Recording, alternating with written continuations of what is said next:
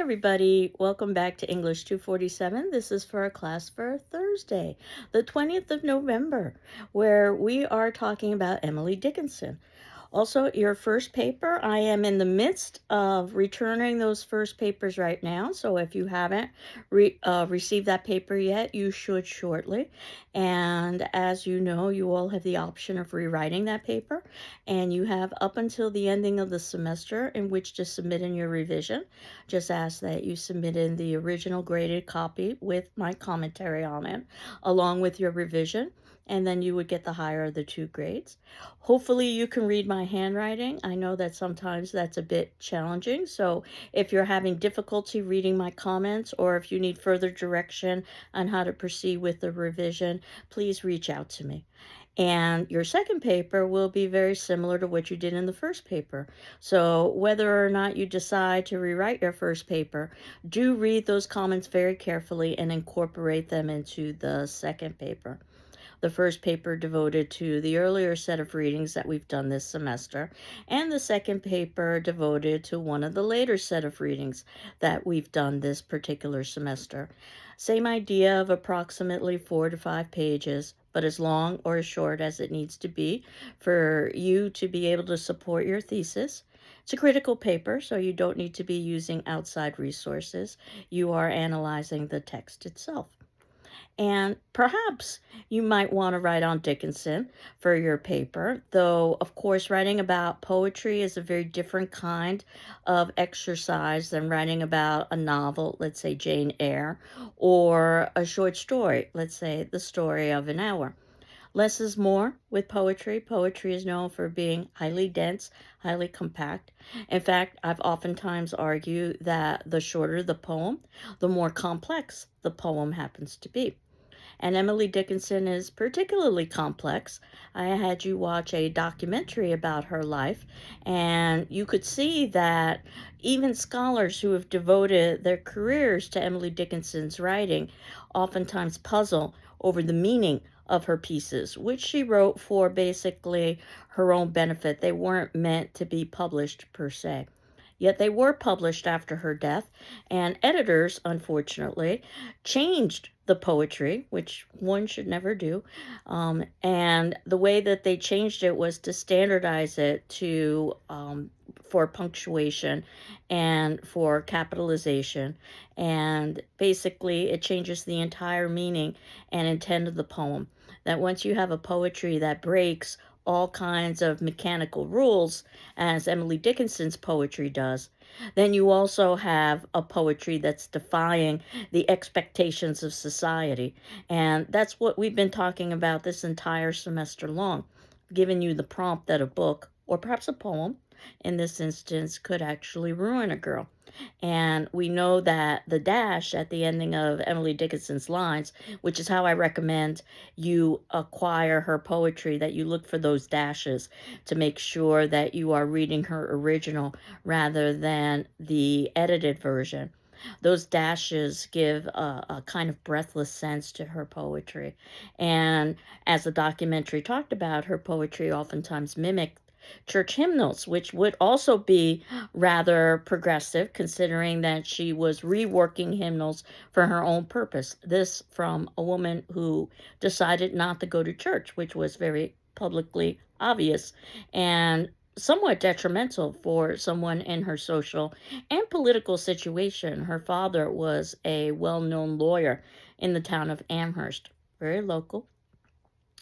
But again, we see how Dickinson over and over again would defy expectations. Certainly, in terms of her lifestyle, she would have been expected to marry and she would have expected to have made a good match. Think persuasion, if you will. And instead, she remained single and was very clear that she disliked housework. She lived as what many people might say is an agoraphobic, that she lived as a recluse in many respects in her own home. Probably she would be diagnosed with something like social anxiety in today's world. Lots of stories about her not interacting and yet interacting with the world. She's a great paradox. She would do so through letters, as the documentary discussed. I guess you could think of letter writing as the social media of the time, if you will. There's a wonderful story about Emily Dickinson that she was invited to a social function to which she declined, of course, and someone came to her door to invite her. And what she ended up doing is in her bedroom, which was on the second floor, she opened the window and she lowered on a rope a basket that had some baked goods and a note basically indicating that she wouldn't be attending the function, but to please accept the baked goods in her absence. That gives you an idea the kind of person Emily Dickinson was. And that said, I know there's a lot of myth making around Emily Dickinson, but the reality is despite the way that she decided to live her life, and you could visit the Dickinson Museum. In fact, I've got in the notes below, underneath the section about underneath the first section about Emily Dickinson. So this would be actually number 3 in our notes below. You can see that at the very bottom of that, you can see the Emily Dickinson Museum. And I do encourage you to spend some time on the website, or even better yet, go in person, because ultimately we are neighbors, so to speak. But regardless of how Emily Dickinson did or did not decide to live her life, we have this incredible wealth of poetry.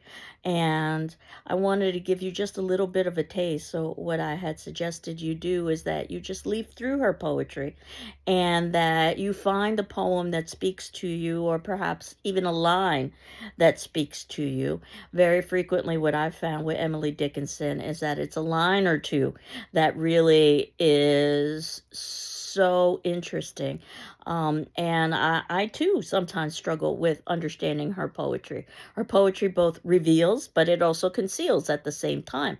And you've got all that unorthodox writing with the capitals and the dashes and the flexible rhyme, illustrating the defiance of convention, which again has been a theme that we've talked about over the entire semester.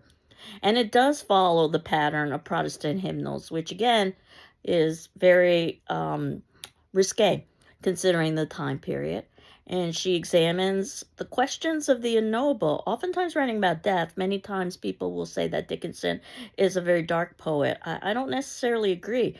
She does talk about death a great deal, but she talks about death usually in positive terms, that there is an afterlife. And this is quite interesting for somebody who isn't spiritual. She wasn't or somebody who wasn't religious, I should say. She was really spiritual. She didn't believe in the religion of man, which is why she refused at some point to go to church. But she believed that God was around us everywhere in nature and in the world that surrounded us. One just had to open one's eyes.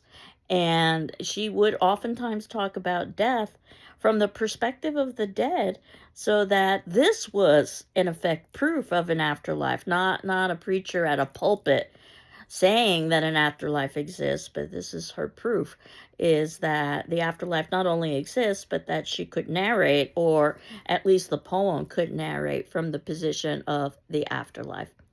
A lot of paradox and contradiction in Dickinson, but then humanity has a lot of paradox and contradiction, so maybe that's appropriate. Think about the woe of ecstasy, that there is a certain amount of pain associated with pleasure, and vice versa. And we talk about both the visible realms, where obviously God was evidence, but the invisible realms that also were a product of God. And while her poetry was very personal in reference to herself, it's also quite universal when you deal with the major questions, let's say, of faith or love. Some of her themes, and she's got many: love, obviously, loss, religion, nature, loneliness, and defiance.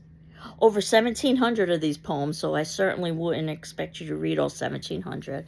None of them were titled, as we learned in the documentary, so they are referenced either by their first line or by the number in which scholars have organized them in. And she went to college locally, Mount Holyoke, but as we saw in the documentary, Mount Holyoke was a very different kind of school at that time. It was basically meant to prepare women for wifehood, motherhood, and for serving God. Again, you might think about the cult of true womanhood in reference to this. So, in relation to picking a poem, I wanted to share a poem that I'm quite fond of that I oftentimes do in my introduction to literature class. One of the reasons why I'm fond of it is because, I'll be honest, I understand it, and Emily Dickinson's poetry is not always so understandable. Because I Could Not Stop for Death is the poem. And what I've done is I've included the link on the Poetry Foundation. The Poetry Foundation is a great resource for finding poetry, but you can find Dickinson's poetry in a lot of different places. And I did order a text from that Johnson edition where ultimately the original poetry was reinstated with the dashes and the irregular capitalization. And what we see, I think, in this particular poem is a good example of the kind of work that Emily Dickinson would do. I wanted to read the poem to you. Because I could not stop for death, he kindly stopped for me. The carriage held but just ourselves and immortality. We slowly drove, he knew no haste, and I had put away my labor and my leisure too for his civility. We passed the school where children strove at recess in the ring. We passed the fields of gazing grain. We passed the setting sun, or rather, he passed us. The dews drew quivering and chill. For only gossamer my gown, my tippet only tulle. We paused before a house that seemed a swelling of the ground. The roof was scarcely visible, the cornice in the ground. Since then 'tis centuries, and yet feels shorter than the day I first surmised the horses' heads were toward eternity. And you'll notice that poetry is oftentimes divided into sections. It looks almost like paragraphs. Those are known as stanzas. And not that a poem needs to be divided into stanzas, but a poet will oftentimes make that decision. So perhaps one of the questions we can ask ourselves is, why did the poem or a poet make the decision to divide up the poetry into stanzas, and why those decisions were made at those particular places and points in time? Poetry is a staggered line. You don't go from one end of the margin to the other the way you would with verse or with prose, the way you would with, let's say, if you were writing a paper. So the question of when a poet decides to end a line, which could be the ending of the sentence, but it need not be, and it's usually not the ending of the page. So asking questions about why the poet would make those decisions. Certainly, decisions about language and theme are questions that we can ask ourselves in terms of the poet as well. And you can see that in this particular poem, death is indeed portrayed positively, and it is spoken from the perspective of the afterlife. And basically, when she says at the beginning, and it's reference to herself, but one could argue that this is also humanity. Many of her poems are written in the I. I could not stop for death. Notice death is capitalized so that we've got a personification of death here as if it were an alive entity. There's some irony there. But death is as much a figure of life as life is a figure of death, perhaps. And the idea is that death is kind. And usually death is not portrayed this way. But death, he kindly stopped for me. The idea is that we don't get to decide when our time is to move into the afterlife. That's why we don't stop for death. Death basically stops for us. Death makes the decision when to take us if you let the natural course of events occur. The carriage, there's a long literary tradition of talking about life as a journey. Of course, it would have been a carriage rather than a car during this time period. The carriage held but just ourselves and immortality. And the reason why death is kind is because he brings with him immortal life. And then our next stanza, we slowly drove, he knew no haste.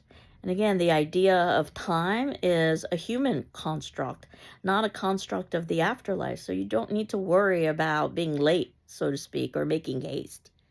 And I had put away all my labor and my leisure too. Labor and leisure, those are also human constructs of the human world that would not be applicable to the afterlife. And while one might say, well, I'm going to miss leisure, the reason why we have leisure is because we have labor. It's the idea of balancing it out. For his civility, so now we've established that death is both kind and also civil. We passed the school where children strove at recess in the ring. So this particular stanza is talking about the stages of life, which they are leaving behind the physical world and they're going into the spiritual realm. School with children is supposed to represent youth. And in the ring, it's talking about recess where you could play games like Ring Around the Posy, which actually is a game about plague. Not sure you knew that. We passed the school where children strove at recess in the ring. We passed the fields of gazing grain. Gazing grain would be adulthood. This would be farming. And this would be a production of foodstuff. We passed the setting sun, and the setting sun is supposed to represent the ending of life. Or rather, he passed us. The idea is that they are moving into a spiritual realm and leaving the earthly realm behind. The Jews drew quivering and chill. So obviously we're getting a shift in the poem, which is illustrated by the shift in the time period from day to evening, and also illustrated in the shift of temperature. Again, temperature is an earthly concern, not something that you would be worried about in the afterlife, which is why for only gossamer my gown. Gossamer is a very thin fabric. It oftentimes is associated with fairy folklore. My tippet, which is a shawl, only tulle. Again, another thin fabric used for things like tutus, wedding veils, things of that nature. The idea is that in the earthly realm, we wear clothing basically to protect ourselves against the elements, and because of social convention, both of those will be irrelevant in the afterlife. We passed before a house that seemed a swelling of the ground. And the idea that they are so far away from the earthly realm that you can barely see this house at this point. It looks like it's just a little swelling in the ground. House is capitalized. One can speculate as to what house might mean. Perhaps we're talking about a church or a place of worship. The roof was barely visible. That's how far away it is. You could barely see the roof. The cornice, which is an architectural element oftentimes associated with churches and other places of worship, the cornice in the ground. So again, you're just seeing a little bit coming out of the ground. And of course, we could talk about the house as perhaps representing a crypt. Perhaps it's her literal house as well, because there is a tradition sometimes about taking a corpse by their home before they are buried. And then our last stanza, which basically serves to establish the entire poem and its context. Since then, 'tis centuries. So this occurred many years ago. And yet, it feels shorter than the day. Time is a human construct, as we had established earlier, which is why they don't need to worry about haste. This is not something that you worry about in the afterlife. I first surmised the horses' heads were towards eternity. Well, they're riding in a carriage, so this is literally the horse's head that's taking you to the afterlife. But this is also a biblical reference, which again is kind of interesting from Emily Dickinson that she would make a biblical reference considering her feelings about religion. But again, she was quite spiritual. She just didn't necessarily embrace the religion established by man. But if you know anything about the Bible, then you know about the horsemen of the apocalypse. And she's making reference to that in the sense of the horses' heads were towards eternity, that the ending of basically the world would lead to eternal life for everyone. So that gives you a little bit of an idea of a Dickinson poem and how to read it. Now, I know that I've asked all of you to either identify a poem or even just a line that you find particularly powerful.